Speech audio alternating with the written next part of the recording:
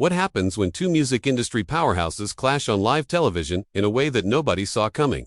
What happens when a simple interview question triggers a chain reaction that exposes years of buried industry secrets and personal betrayals? Today, we're diving into the explosive moment when Gwen Stefani walked off Kelly Clarkson's show during what started as a routine promotional interview, but quickly spiraled into one of the most uncomfortable television moments in recent memory. Make sure to subscribe and drop a comment below, because this story has layers you won't believe. Kelly Clarkson sat across from Gwen Stefani in the familiar bright studio setting, the afternoon sun streaming through the windows as cameras rolled. For what was supposed to be a lighthearted segment about Gwen's latest project, the energy felt different from the start, though viewers at home couldn't quite put their finger on why. Kelly's usual warm demeanor seemed slightly strained, while Gwen appeared more guarded than her typical media appearances. "So Gwen, you've been in the music industry for over 2 decades now," Kelly began, her voice carrying that professional tone that longtime talk show hosts master. "Looking back, do you feel like the industry has changed for the better? Especially for women?" Gwen shifted slightly in her chair, her fingers drumming against her knee. "You know, Kelly, that's such a loaded question. I think there are some people who want to paint this picture that everything's so much better now. But honestly, I'm not sure that's entirely true." "What do you mean by that?" Kelly pressed, leaning forward with genuine curiosity. "I mean, we still have the same gatekeepers, the same power structures. People just got better at hiding their true intentions behind politically correct language." Gwen's voice carried a slight edge that made Kelly's eyebrows raise almost imperceptibly. The studio audience remained quiet, sensing something brewing. Beneath the surface, Kelly cleared her throat and tried to steer the conversation back to safer territory. "Well, I think what's exciting is seeing more women in executive positions, more female producers and writers getting recognition." "Recognition," Gwen repeated, a bitter laugh escaping her lips. "That's interesting that you mention recognition, Kelly, because I remember when certain people were very quick to take credit for other people's work, especially when those people were women." Kelly's smile faltered for just a moment. "I'm not sure I follow." "Oh, I think you do." Gwen's voice was steady, but there was steel underneath. "I think you know exactly what I'm talking about. The Breakaway album, for instance." The mention of Kelly's breakthrough album seemed to freeze the entire studio. Even the camera operators appeared to sense the shift in energy as Kelly's face went pale. "Gwen, I'm not sure what you're implying, but I'm not implying anything." Gwen cut her off smoothly. "I'm saying it directly. You want to talk about women getting recognition? Let's talk about the women who wrote half the songs on that album and never got proper credit. Let's talk about the demo vocals that mysteriously disappeared from the final production credits." Kelly's hands gripped the armrests of her chair. "That's absolutely ridiculous. Every songwriter and producer on Breakaway is credited exactly as they should be. I would never, what? Would never let your team bury inconvenient truths when they didn't fit the narrative you wanted to sell." Gwen's voice was rising now, but she maintained her composure. "Because I have receipts, Kelly. I have the original session notes, the email chains, the voice memos." The studio fell into an uncomfortable silence as Kelly struggled to find her words. Her media training was kicking in, but the personal nature of the accusations seemed to rattle her usual professional demeanor. "Gwen, I think there's been some kind of misunderstanding," Kelly said carefully. "Maybe we should take a commercial break." "And no, I don't think we should take a break," Gwen interrupted. "I think we should finish this conversation. Because you asked me about women in the industry, and I'm telling you about what really happens to women in this industry. The erasure, the credit stealing, the way powerful people rewrite history to make themselves look better." Kelly's voice became more defensive. "I've always been supportive of other women in music. My entire career has been built on integrity and authenticity." Integrity. Gwen's laugh was sharp now. "Kelly, you literally sat in that studio while they played you demo tracks that other women had poured their hearts into, and you recorded over them like they never existed. And now you want to sit here and lecture me about how much better things are for women." The accusations were becoming more specific, more personal. Kelly's face was flushed, and her usual composure was cracking. "That's not how the music industry works, Gwen. Demos get reworked, songs get rearranged. That's the collaborative process. Nobody was trying to erase anyone." "Collaborative," Gwen repeated mockingly. "Is that what you call it when someone else writes the bridge, comes up with the hook, and you just show up to sing it and take full credit? Because I call that theft." The tension in the studio was palpable now. Even the cameras kept rolling as Kelly's production team looked between their boss and the guest, unsure whose authority to follow in this unprecedented moment. Kelly's face was red with anger and embarrassment, while Gwen remained seated with an almost eerie calm, as if she had been waiting years for this exact moment. "You want to know what really happened?" Gwen continued, her voice cutting through the tension. "Let me tell you about Sarah Chen, a 23-year-old songwriter who spent 3 months crafting the melody and lyrics for what became your biggest hit. She submitted it through proper channels, got a meeting with your team, played it for them in that same studio where you recorded it 6 weeks later. Kelly's breathing was becoming more labored. That's not how it happened. Sarah was paid for her contributions. She was credited as a co-writer. Co-writer, Gwen's voice rose for the first time. Kelly, she wrote the entire song. The only thing you added was your name to the credits. She got 15% of the royalties for a song that was completely hers, and when she tried to fight it, your legal team buried her in paperwork until she gave up. The studio audience was completely captivated now. Some people leaning forward in their seats, others covering their mouths in shock. This was not the feel-good daytime television they had come to expect from Kelly's show. Sarah signed a standard industry contract, Kelly said through gritted teeth. She knew exactly what she was agreeing to. Nobody forced her to do anything. A standard industry contract that your team wrote specifically to screw over young writers. Gwen shot back. You know what Sarah is doing now, Kelly? She's working at a coffee shop in Nashville because your team made sure she'd never get another shot in this industry.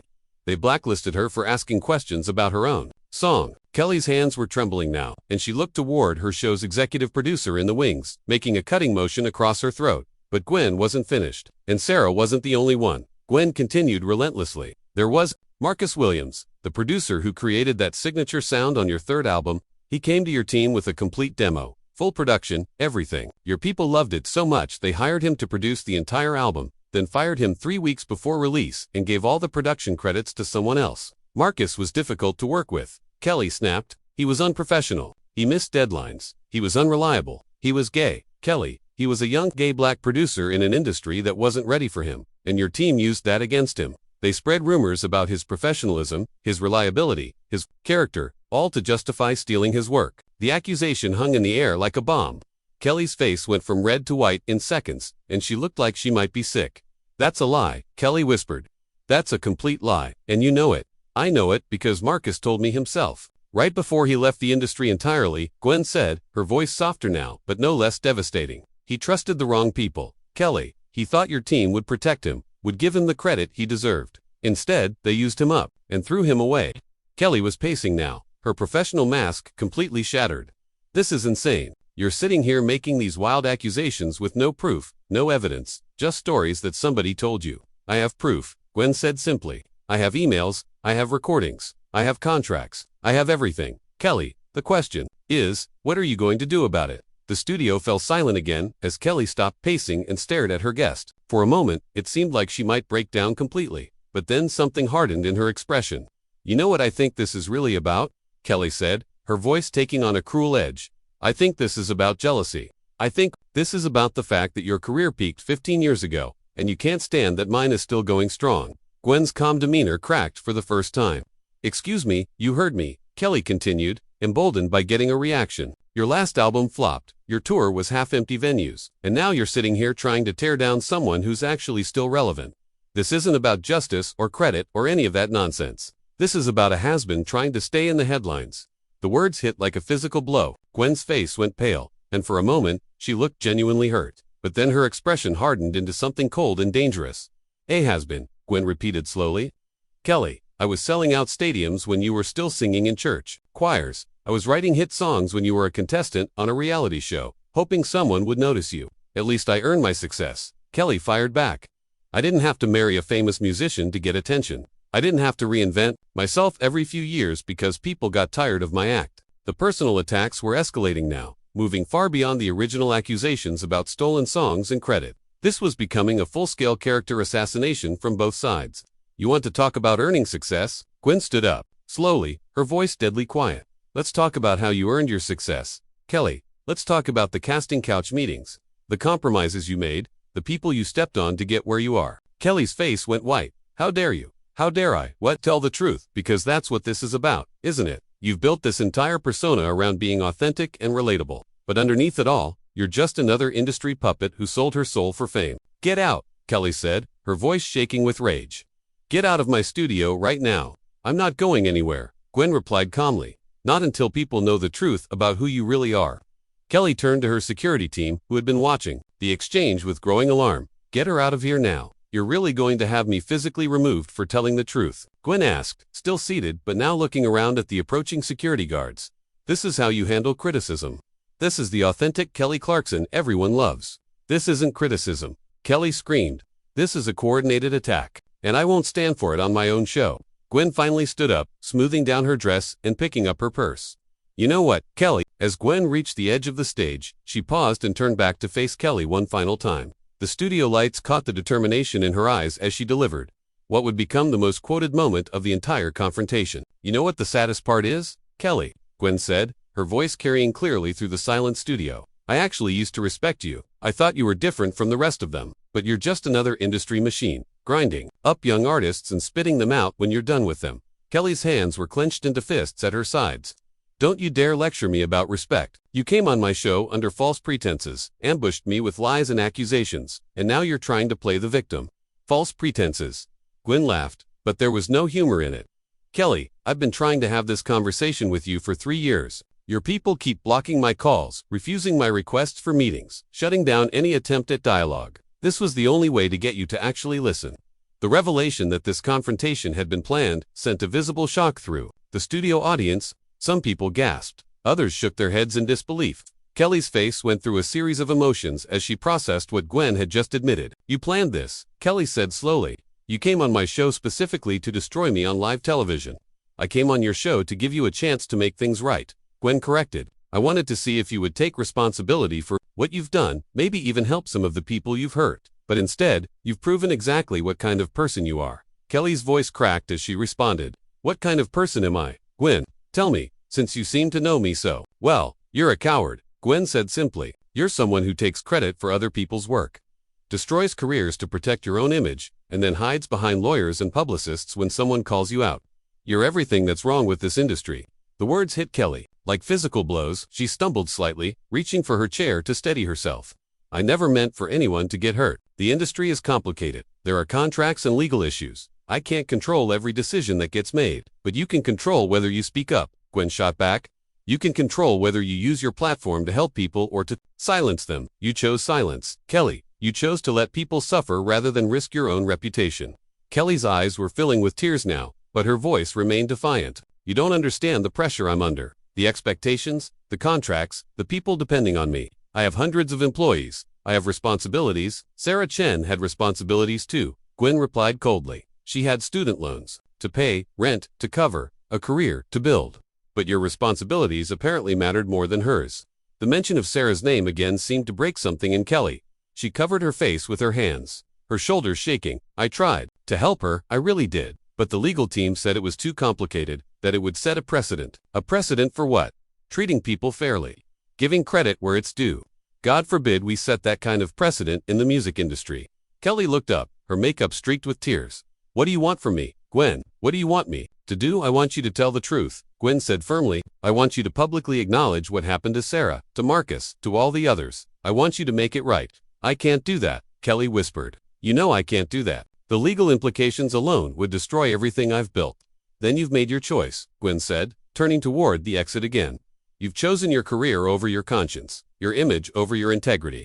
I hope it was worth it. Kelly watched as Gwen walked toward the stage exit, her heels clicking against the floor in the stunned silence. But just before Gwen could disappear into the wings, Kelly called out desperately. Wait, Kelly said, her voice breaking. Please, just wait. Gwen stopped but didn't turn around. What? If I try to make this right, if I try to help these people, will you help me? Will you work with me instead of against me? For a moment, Gwen stood perfectly still, considering the offer, then she slowly turned back to face Kelly, her expression unreadable. Kelly, I've been trying to work with you for 3 years. I've sent emails, made phone calls, reached out through mutual friends. Your team has blocked me at every turn. Why should I believe this time would be different? Because now it's public, Kelly said, gesturing toward the cameras. Because now I can't pretend it's not happening. Because now I have to face the consequences either way. Gwen studied Kelly's face for a long moment, looking for any sign of genuine remorse or commitment. You're asking me to trust you after everything that's happened. After you called me a has-been and questioned my motives. I'm asking you to give me a chance to prove that I'm not the person you think I am, Kelly replied. I'm asking you to help me be better. The studio remained silent as everyone waited for Gwen's response. She looked around at the audience, at the cameras, at the production team, all watching this moment that would define both women's careers going forward. Here's what's going to happen, Gwen said finally. You're going to have your lawyers contact Sarah Chen and Marcus Williams within 48 hours. You're going to offer them proper compensation and credit for their work. You're going to issue public apologies and acknowledgments. And you're going to establish a fund to help other artists who've been cheated by the industry. Kelly nodded quickly. Yes, okay, I can do that.